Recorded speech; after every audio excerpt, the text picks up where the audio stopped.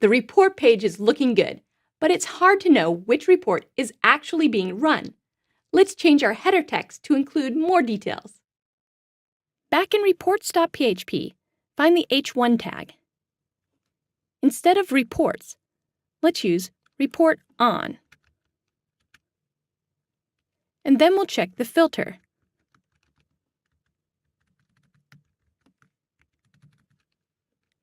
If not is array, filter, then we can simply echo all tasks by project.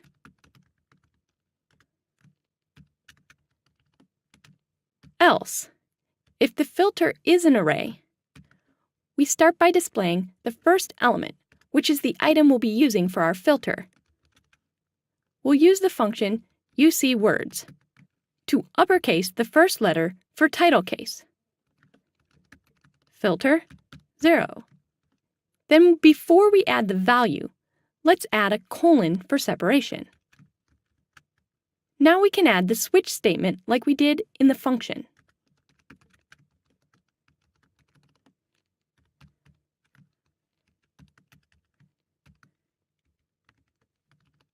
If the first element in the filter array equals project,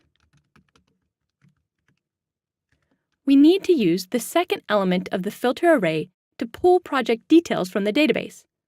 We'll create a new function named getProject. For now, let's just pretend it's already there. We pass filter1, and then we can echo project title and break. Let's finish off the switch statement before we add the getProject function. If the first element of the filter array equals category, we can simply display the second element of the filter array.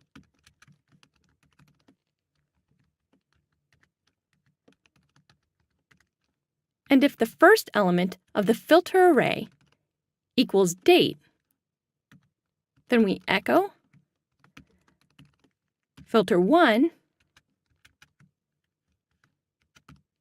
to filter2. Now we can go over to functions.php. We need to add the getProject function. Let's copy the addProject function and make a few changes. First, we need to rename this getProject.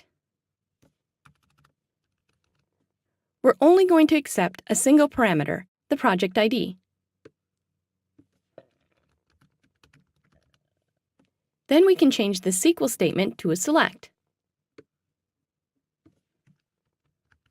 Select all from projects, where project ID equals our placeholder. Change the first bind value. Instead of title, we'll use project ID, and this is an int. Then we can remove the second bind value. Finally, instead of returning true, we need to return the results.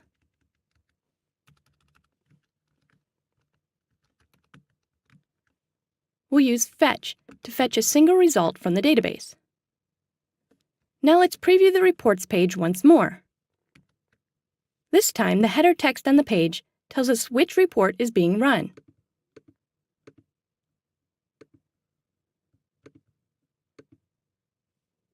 You can build reports in many different ways. They can be as simple or as complex as you choose to make them. You can allow for deep customization or keep things locked down. These choices come down to user requirements. Spend some time creating your own reports. Add filters, change filters, and combine filters to create the report that makes the most sense for you. Also, make sure you check the teacher's notes associated with this video for more suggestions and additional resources.